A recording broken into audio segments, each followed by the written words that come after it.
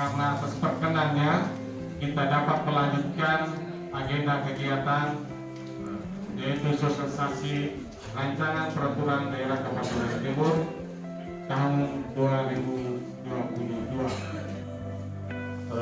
Sekedar informasi untuk kita bahwa tadi malam pada tanggal 30 November 2022 itu Bupati Flores Timur sudah mengajukan 3 rancangan perda prakarsa pemerintah, yaitu rancangan perda tentang pemilihan kepala desa, rancangan perda tentang pengelolaan keuangan daerah, dan rancangan perda tentang pembentukan Kecamatan Gileboleng Timur. Tadi malam juga selain Bupati menyampaikan pidato pengantarnya, dari unsur Bapemperda DPRD juga mengajukan 1 rancangan perda, yaitu tadi sudah disampaikan mengenai pengalokasian anggaran untuk pengalokasian anggaran bantuan hukum untuk masyarakat miskin.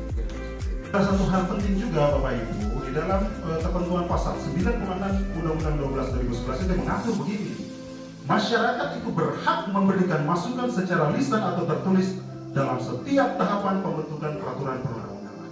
Hak masyarakat itu menyampaikan pendapatnya baik lisan maupun tertulis, dan lebih-lebih ditambahkan juga bisa secara online, bisa juga secara offline ataukah daring dan luring itu.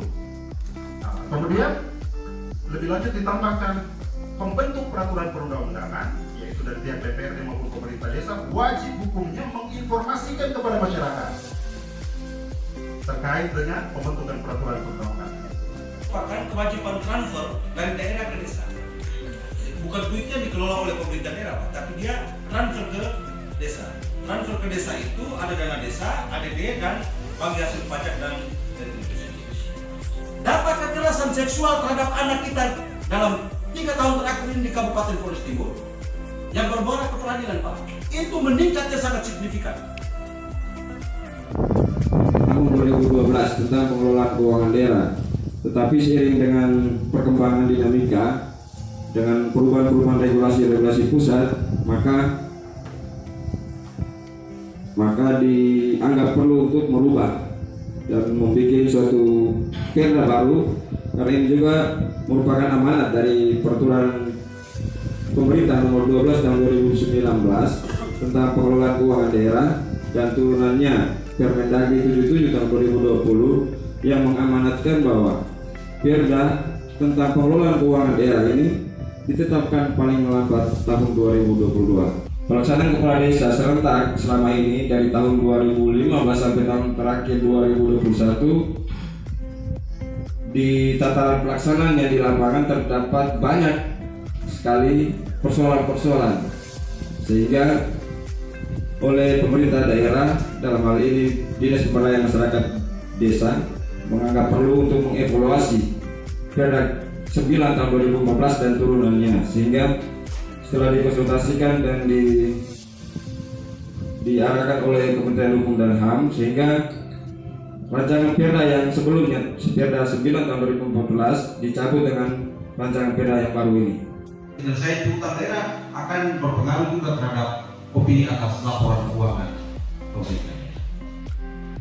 Jadi saya harap kami sebagai wakil rakyat yang mewakili lembaga DPRD Kabupaten Brebes Timur untuk kita semua berpartisipasi untuk tahapan-tahapan legislasi ini.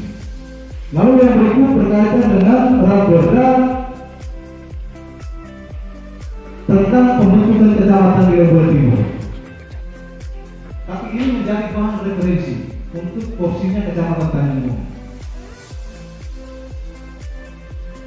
Kita dengan wilayah yang luas, dengan wilayah yang luas, mungkin ada pertimbangan-pertimbangan untuk tahun-tahun berikut untuk kita bahas bersama. Jadi koordinasi itu sekarang dalam program Indonesia Satu Peta itu untuk seluruh desa.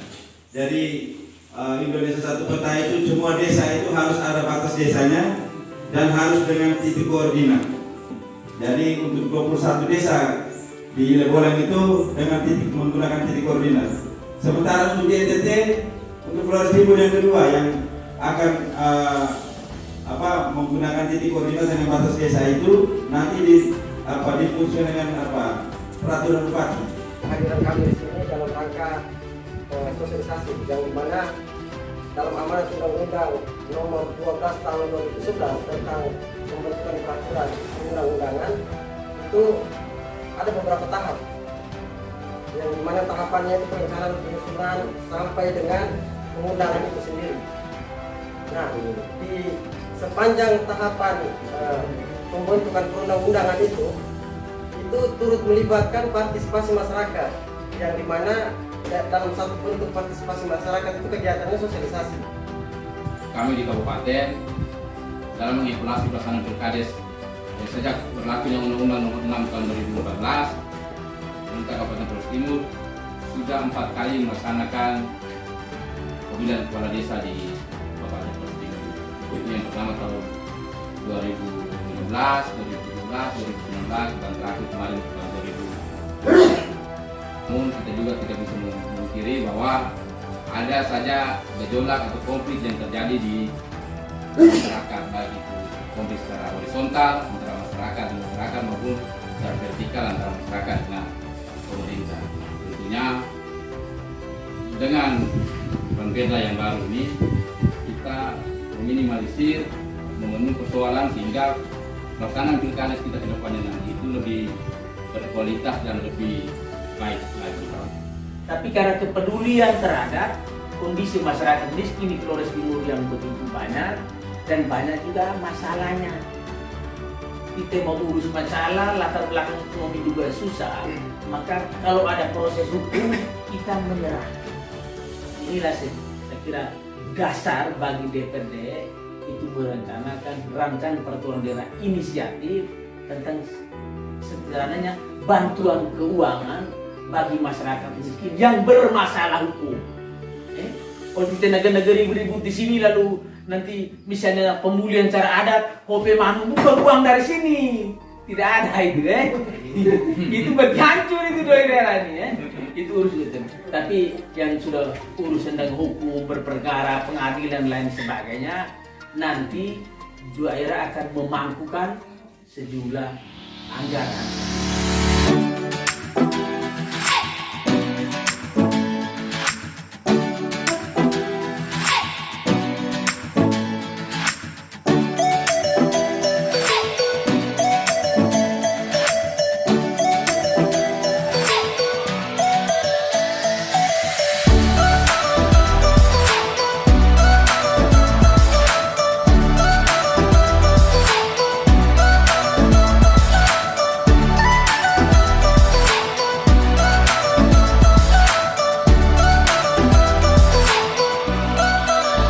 Nah, terkait dengan publikasi peraturan perundang-undangan ini, kita di bagian hukum itu sudah mengelola jaringan dokumentasi dan informasi hukum. Mudah-mudahan Bapak Ibu pernah mengakses ini. Karena keempat draft rancangan perda ini juga kita sudah publikasikan di JDIH Kabupaten Flores Timur. Solor Timur saat ini 19 desa, 17 desa. Kalaupun mungkin Bapak Ibu di desa-desa punya niat yang sama, saya kira juga tidak sulit untuk Solor Timur ke depan. Saya kira Solor juga kita berpikir untuk bisa melangkah lebih maju ke depan. Kalau terjadi yang saat ini dengan berbagai ketentuan perundang-undangan, ini boleh bisa karena dia sudah 21 desa. Sanksi terberat yaitu pemberhentian. Itu normanya jelas. Hanya persoalan sekarang yang kita diskusikan itu, apa yang menjadi kewajiban kepala desa itu tidak kita taruh dia sebagai syarat pencalonan. Nah ini di banyak kecamatan yang kita rekam kemarin di sosialisasi yang pertama juga ribut soal ini. Kewajiban itu kita masukkan sebagai syarat pencalonan. Lalu kewajiban lain, misalnya kita katakanlah mewajibkan kepala desa menyampaikan laporan harta kekayaan, perlu atau tidak? Karena ini merupakan syarat lain tadi yang perlu diatur dalam perda. Kemudian Bapak Ibu mungkin saya menarik untuk kita diskusikan soal penyelesaian ya, pengaduan. Itu kita bisa lihat di pasal 59. Bagi calon kepala desa dan saksi calon kepala desa yang merasa dirugikan dalam proses pemilihan dapat menyampaikan pengaduan kepada panitia pemilihan secara tertulis. Yang hari ini diwakilkan kepada para kepala desa, lurah, ketua BPD dan ketua LKK di Kecamatan Adonara Timur. Oleh karena itu sebagai Camat Adonara Timur, saya menyampaikan selamat datang kepada Bapak Asisten dan Pak Kadis, tim sosialisasi yang hadir pada kesempatan ini. Selamat datang di Kecamatan Adonara Timur. Sebagai insan yang beriman, saya mengajak kita sekalian untuk menaikkan syukur dan puji kepada Allah Subhanahu wa Ta'ala, Tuhan yang Maha Esa, karena kita meyakini akan perlindungannya kepada kita sekalian dan berbagai nikmat yang kita terima, khususnya kepada masyarakat yang kurang mampu, sehingga lahir dari Ramperda ini ada beberapa teman-teman dari Badan Pembentukan Peraturan Daerah Bapeda melakukan kajian, melakukan forum diskusi baik dengan stakeholder yang ada untuk pembuatan sebuah rancangan peraturan daerah terkait dengan persediaan pengalokasian anggaran untuk bantuan hukum bagi masyarakat yang kurang mampu atau bagi masyarakat miskin. Latar belakang lahirnya rancangan peraturan daerah ini itu memang berangkat dari hasil evaluasi kita terhadap 4 kali kita melaksanakan pemilihan kepala desa serentak pasca lahirnya Undang-Undang 6. Jadi setelah Undang-Undang 6, format pemilihan kepala desa itu dengan menggunakan pemilihan kepala desa serentak, itu kita sudah melakukan 4 kali proses pemilihan kepala desa secara serentak di wilayah Kabupaten Flores Timur. Itu kita start dari tahun 2015, 17, 19 dan yang terakhir tahun 2020.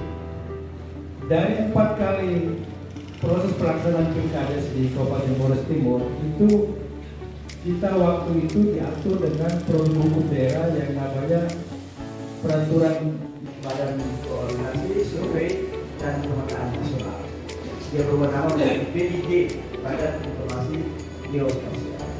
Jadi Bapak lihat di dalam lampiran dan peta itu ada 2 lampiran, satu tentang peta Indonesia Timur dan satunya tentang titik-titik koordinat yang menjadi orientasi wilayah. Semuanya itu merupakan bagian daripada pengaturan yang penting dan untuk berbagai kecamatan tidak boleh itu terlalu ribet karena itu fakta lapangan yang diaturasi oleh masyarakat dan kita atur.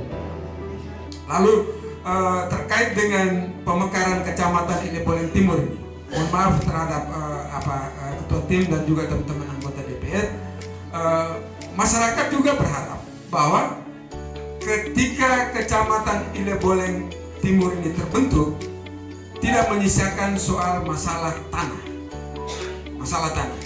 Karena kemarin itu juga ketika dilakukan untuk pemetaan wilayah, itu juga mulai timbul sedikit gesekan demi gesekan di tanggapan Pak Wis tadi sepertinya mau menghalangi opini ini. Bisa kami minta tadi coba dikirim dulu lah. Ya, saya juga tahu bahwa ada undang-undang peraturan yang lebih tinggi sifatnya mutatis. Ya, juga kita perlu maklumi. Tetapi ada satu lagi asas hukum terkait dengan asas yang peraturan undang-undang lebih tinggi,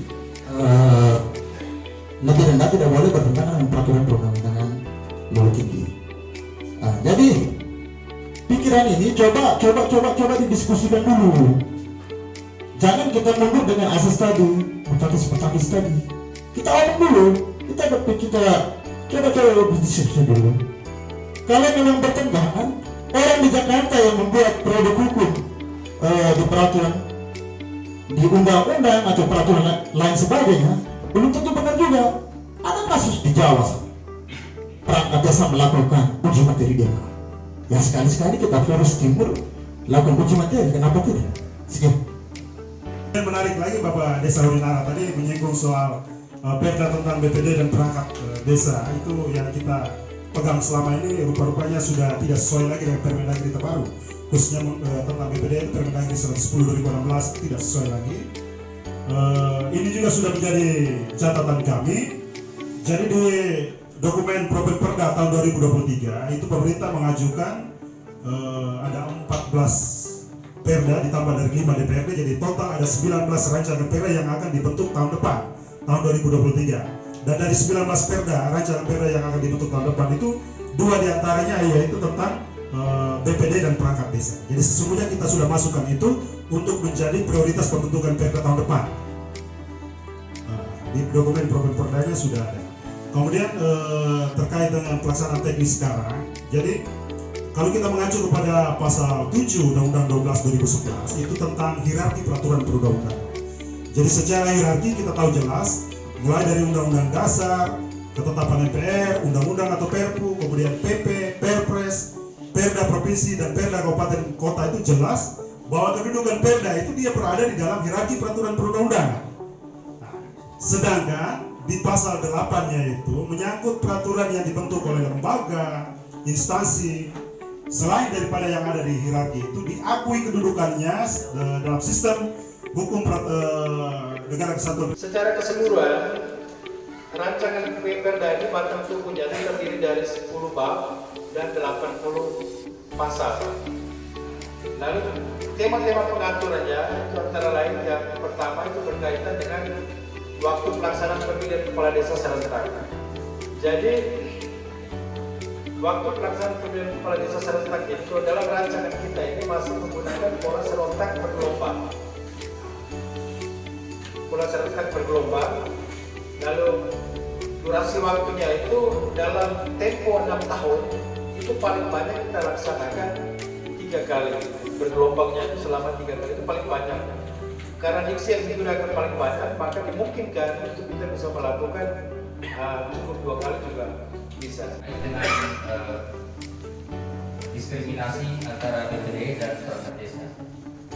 Nah, perlu saya tegaskan bahwa di hadapan proses demokrasi seperti ini, maka semua mempunyai kewenangan dan hak yang sama di hadapan hukum. Maka tidak ada toleransi antara pemerintah desa yang mau niatan maju menjadi kepala desa beda dengan DPD. Maka saya kembali lagi tegaskan bahwa kalau bisa diusulkan pada forum-forum di tingkat kabupaten, BPD juga disamakan. Kalau memang cuti ya sama-sama cuti, kalau mundur ya sama-sama mundur, supaya tidak ada pemisahan antara kami di tingkat desa. Kondisi kita sekarang di Kabupaten Flores Timur itu kita punya Pergub nomor 2 tahun 2015 tentang tata cara pemberhentian dan pemberhentian sementara kepala desa. Nah, Pergub 2 2015 ini dibentuk atas amanat pasal 34 Perda 9 2014. Nah, yang menjadi persoalannya, manakala Perda, rancangan Perda ini ditetapkan menjadi Perda, keseluruhan norma pengaturan di dalam Perda 9 2014 itu dinyatakan dicabut dan tidak berlaku lagi. Sekarang sejak keluar surat edaran dari Menteri Hukum dan HAM, Perpu pun dilakukan proses pengharmonisasian. Kalau dulu Perpu hanya berhenti di bagian hukum saja, pengharmonisasian selesai di bagian hukum. Sekarang tidak lagi, kita melakukan pengharmonisasian sampai di kanwil Kementerian Hukum dan HAM.